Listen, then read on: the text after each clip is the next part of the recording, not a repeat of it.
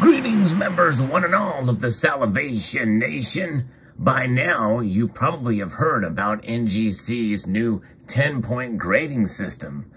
We're going to talk about it and why it's not a very good idea in this video. So let's explore.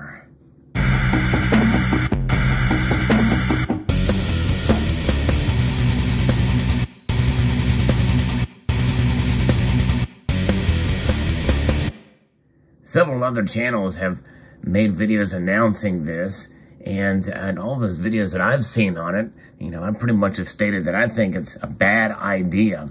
And there are several reasons for that. This is a new system called NGCX that was created for coins minted after 1981.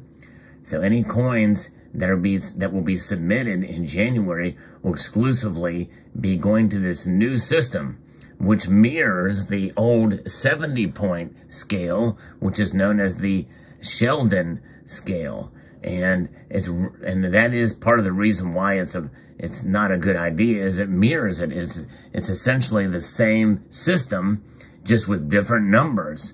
Now, part of the motivation, I believe, is to be in correlation with the other things that are graded, such as cards, comic books, and the like. And so therefore, they want to kind of keep those all in the same type of system. However, there's nothing really new here, and coin grading has been using the Sheldon system since it was first conceived, which, by the way, I've never thought that the Sheldon grading scale was a very good system, because it was mainly created for grading large cents, which wear completely differently than other silver or clat coins. And there's obviously quite a wide variety of coins that are out there. So I've never really thought that the 70-point system was very good anyway. But that's what the industry uses. All of the grading companies utilize this system and use mostly the same type of criteria. And I say that because it is a very subjective system, completely subjective, although there are guides such as PCGS's PhotoGrade that can help teach you how to determine a grade of a coin if you don't have it in a slab. But the slab is, by the way, the encapsulation that is done into each of these coins to protect them and also to authenticate them. And really, the best thing that has come out of the coin grading system is the authentication factor. But the grading is completely subjective, even for older coins, especially for mint state coins. There's really has become almost a racket. Yes, indeed, I've posted videos in the past how I think that modern coin grading, or even for those coins that are considered uncirculated or mint state, it has really become kind of a scam because a lot of the major bullion dealers or televised publications, televised programs that sell coins have these exclusive deals with a PCGS or NGC, or even NX and IGC and some of the other third-party grading services. And so they're almost guaranteed a certain amount of a certain grade. And that is kind of where I think it's a bad idea.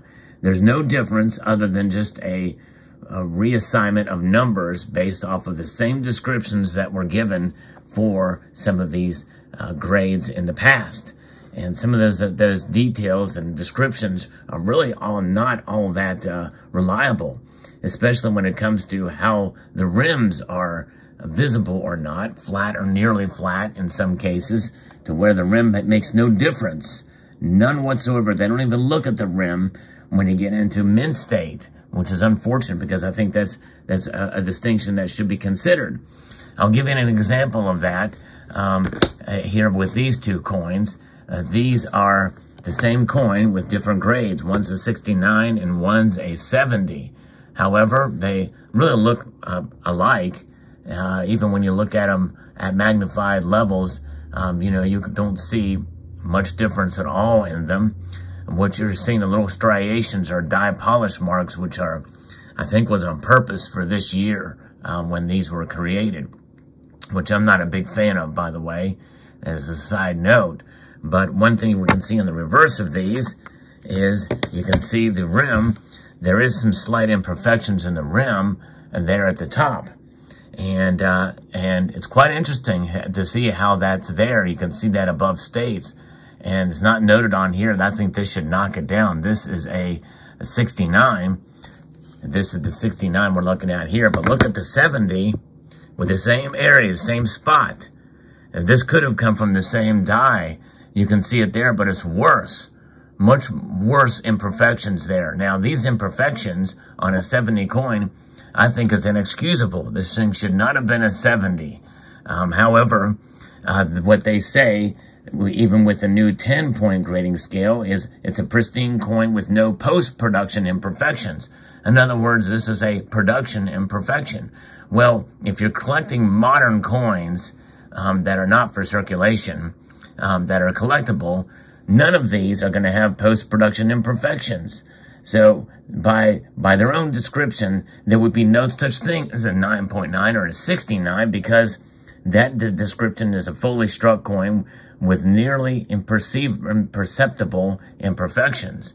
But those imperfections would have to be post-production in order for it to qualify. And I see none of that on the 69 here. So it's really a bad system. And I think PCGS has close to the same description of what they would consider to be a 70, because I've seen imperfect 70 coins from PCGS as well as NGC. And that's why I think the whole thing is kind of a scam. And they're not really looking at the actual quality of the coin or the strike when they make these grades. Although they do designate between a fully struck coin, a very well struck, or a weaker strike. There's a well-struck designation and a very well-struck designation. And that's really the only difference between a 9.5 and a 9.4, according to their description, which is kind of correlates to, again, what they have for the Sheldon grading scale for modern coins.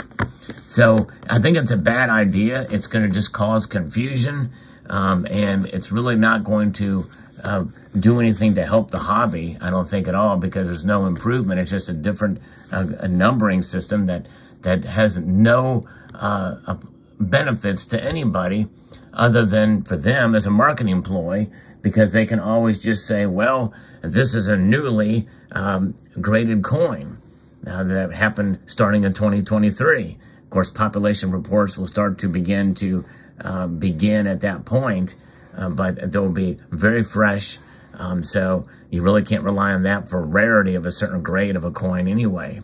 It's all chance. It's all essentially, I believe, kind of a gimmick, and it's a gamble, because of what you pay for the grading fees, and as opposed to what you get, is really just, I think the biggest value is authentication, but most of these are pretty well authenticated even from the get-go. So I think it's a bad idea, and of course I would be remiss if I didn't provide a solution to such bad idea. And that solution is to come up with a completely different system. And any of these big three modern, especially the big two, NGC and PCGS, could create a new system for modern coins that takes out the human element. Now, obviously, if you use artificial intelligence and a LiDAR or some way to scan these modern coins, especially the collectible modern coins, which I think in a sense should be separate from circulated modern coins, you will create a grading scale for them that is separate and above the Sheldon grading scale, and do away with this 10-point system. Just screw that. Just stick with the Sheldon scale for circulating modern coins, and let's go with a new system for collectible coins. Obviously, if this coin or any of the circulated or for production, like let's say this modern Silver Eagle, these typically don't circulate. These are uncirculated pieces. And there are an occasion where people take and have pocket pieces. I have one, and others have shown theirs. Well, they just won't grade if you send them in for grading, even if it gets a poor 1. And that is a designation in this new system. Poor Poor one would be, there will be just enough detail to identify the coin's date and type. The rims will be flat or nearly flat. Well, I can tell you there's some very poor coins that have no dates on them. But nonetheless, likely for post-1982, you're not going to see much of that.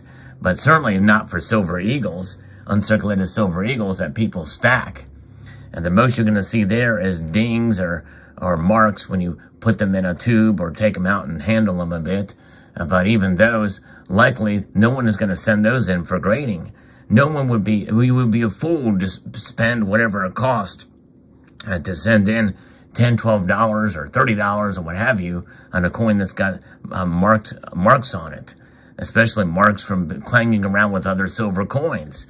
So ideally, what you would do is you would create a system that is completely based off of machine learning, based off of known wear or marks on coins, and you include, by the way, mint imperfections.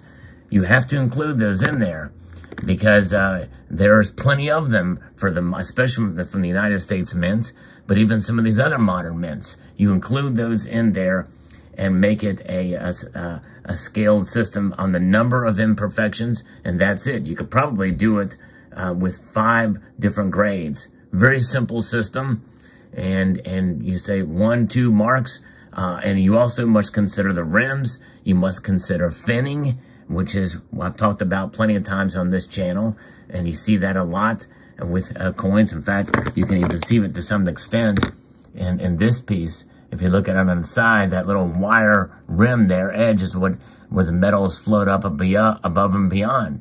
That's the type of thing that should be considered as well. Those would become instant.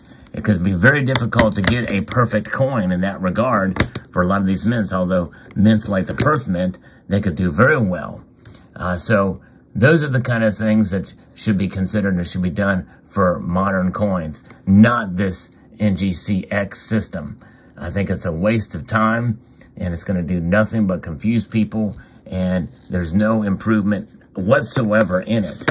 Let me know what your thoughts are in the comment section below. Hope you enjoyed this video. I'd like to extend a multitude of gratitude to you all for taking the time to watch, and encourage you to please rate this video, thumb it up. Please share it among the community and maybe even on some of the forums for these grading companies, and comment and subscribe.